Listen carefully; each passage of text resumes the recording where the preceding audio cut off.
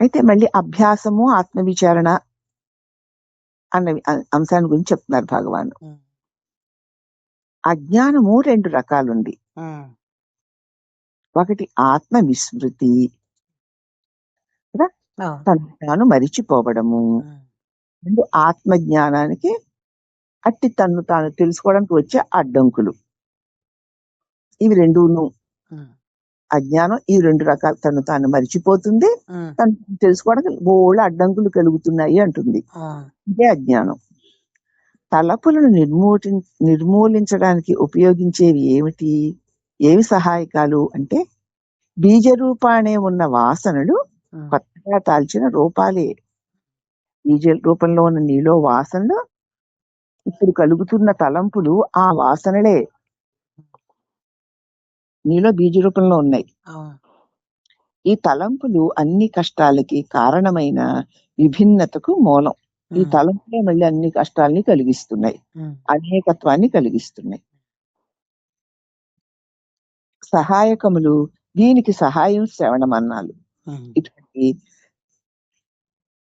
అన్ని కష్టాల నుంచి తొలగించుకోవాలంటే ముందు శ్రవణ మననాలు చెయ్యాలి. శ్రవణం వల్ల వెంటనే ఫలితాలు కలగవచ్చు. శిష్యునికి అనుభవం హఠాత్తుగా కూడా సంభవించవచ్చు. అభ్యాసంలో పరిణితుడు అయితే వాడికి సాధ్యమే. అభ్యాసంలో బాగా పరిణితి చెందిన వాడికి ఒక్కసారి వింటే చాలు, అతడికి హఠాత్తుగానే అనుభవం కలగవచ్చు. శ్రవణము ఎంతగానైనా సత్యానుభవం ఎంత విన్నా మాకు సత్యానుభవం కలగలేదు అని శిష్యులు పరితపిస్తూ ఉంటారు చాలా మంది. అందరూ అదే, ఎంతకాలంగానో వింటున్నాను అయినా నాకు సత్యానుభవం కలగలేదు అని శిష్యులు పరితపిస్తూ ఉంటారు. దానికి కారణం వాడి మనసులో ఇంకా కల్మషం ఉండడమే. అది అజ్ఞానము, సంశయము, మిథ్యాబుద్ధి ఇట్టి ఆటంకాలను తొలగించవలసి ఉంది. అజ్ఞానాన్ని తొలగించాలి, సంశయాల్ని తొలగించాలి, మిథ్యాబుద్ధిని తొలగించాలి. అంటే ఏమిటి ఇవన్నీ ఎవరికి అని ప్రశ్నించుకోవాలి. నాకు సమాధానం వస్తుంది, నేను అని అక్కడ నిలవాలి. నిలిచేసరికి ఇవన్నీ తొలగిపోతాయి.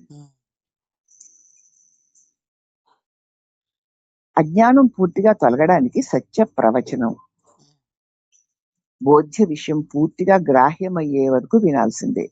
నీ అజ్ఞానం పూర్తిగా తొలగాలంటే సత్యాన్ని తెలియజేసే ప్రవచనాలు, బోధించిన విషయం నీకు బాగా గ్రహణకి వచ్చే వరకు కూడా మాటి మాటికి వినాలి. అప్పుడు ఎప్పుడు చెప్పారు, వినేసంగా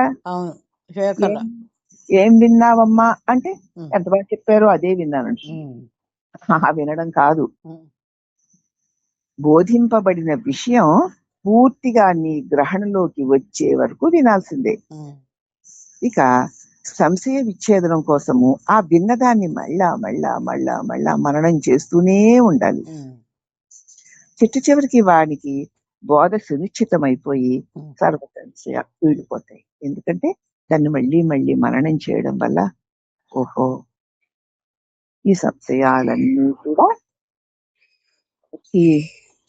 నేనుంటేనే కదా అని అతడికి విన్నది మననం అవ్వడం చేత వచ్చేసరికి దానిని అతడు వెంటనే తొలగించుకోగలుగుతాడు. ఇక అనాత్మను, దేహేంద్రియ మనోబుద్ధులను ఆత్మగా మిథ్యాబుద్ధిని పాలద్రోవడానికి చిత్రేకాగ్రత సంపాదించుకోవాలి. ఎంత విన్నా దేహేంద్రియ మనోబుద్ధులే నేను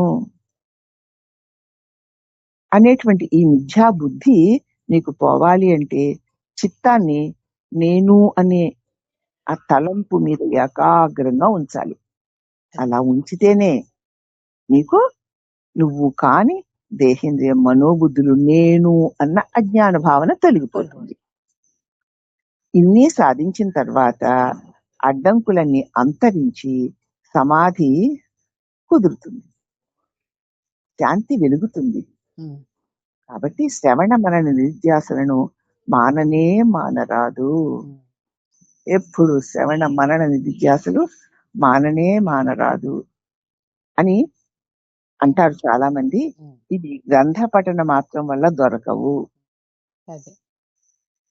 అనవరతము అభ్యాసం వల్ల మాత్రమే మనసు నిగ్రహించగలుగుతుంది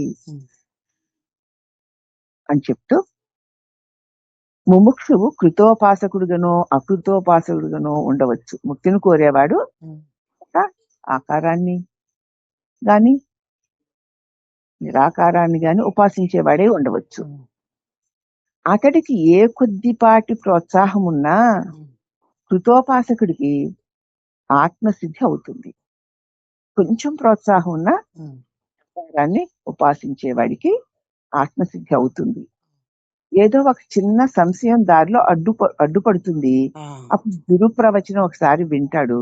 వినగానే ఆహా ఇదా భగవంతుడు చెప్పింది అనుకుని వెంటనే వాడికి అడ్డు తొలగిపోతుంది. తక్షణమే అతడికి సమాధి స్థితి వస్తుంది. పూర్వ జన్మలలోనే అతడు శ్రవణ మరణాదులు చక్కగా ఆచరించి ఉంటాడు అని అర్థం. పూర్వజన్మలో శ్రవణ మరణాదులు చక్కగా ఆచరించాడు గనక ఇప్పుడు గురువాక్యం వినగానే అతడికి తొలగిపోతాయి. వానికి ఇక శ్రవణాదులు ఇంకా అక్కర్లేదు. అటు అకృతోపాసకుడికి ఈ సహాయకాలన్నీ అవసరమే. ఎన్ని మార్లు విన్నా అతడికి సందేహాలు కలుగుతూనే ఉంటాయి. అందువల్ల సమాధి స్థితి అబ్బేదాకా అతడు ఆ సహాయకాలను వదలకూడదు. ఎన్ని మార్లు విన్నా మళ్ళీ సంశయాలు కలుగుతున్నాయి గనక ఈ శ్రవణ మనన నిధ్యాసలని మరి సమాధి స్థితి కలిగేదాకా వదలకూడదు. శ్రవణం వల్ల దేహాత్మ బుద్ధి తదితర భ్రాంతులన్నీ వదిలిపోతాయి. వినగా వినగా వినగా దేహం నేను కాదు కదా, ఈ మనోబుద్ధులు కూడా నా చేత తెలియబడుతున్నాయే తప్ప నేను అది కాదు అని మాటి మాటికి వింటున్నావు. వినడం వల్ల ఈ భ్రాంతులు వదిలిపోతాయి. మననం వల్ల జ్ఞానమే, ఆ ప్రకాశమే తానుని దృఢపడుతుంది. దాని మీదనే నీ చిత్తాన్ని ఏకాగ్రతం చేస్తే తన స్వరూపమైన ఆత్మ అనంతమని, ఆనందమని, సువ్యక్తమైన అనుభవం కలుగుతుంది. కాబట్టి నిరంతరము కూడా గురువాక్యాన్ని వినడము, మననము చేయడము, నిధ్యాసంలో ఉండడం. అట్లాగే నిరంతరం చేస్తూ చేస్తూ పోతే శ్రవణం వల్ల దేహాత్మ బుద్ధి పోతుంది, శరీర భ్రాంతులన్నీ పోతాయి. దాన్ని మననం చేస్తూ ఉండాలి. మళ్ళీ అప్పుడు జ్ఞానమే, ఇవన్నీ నా చేత తెలియబడేవే తప్ప ఇవి నేను కాను అన్న జ్ఞానమే ఆత్మ. వాటన్ని తెలుసుకునే తెలివి స్వరూపాన్ని భావన దృఢపడిపోతుంది. అప్పుడు చిత్తాన్ని ఏకాగ్రం చెయ్యాలి. నీ స్వరూపమే నేను ప్రకాశమై ఉన్నాను అని ప్రకాశంతో కూడి ఉండాలి.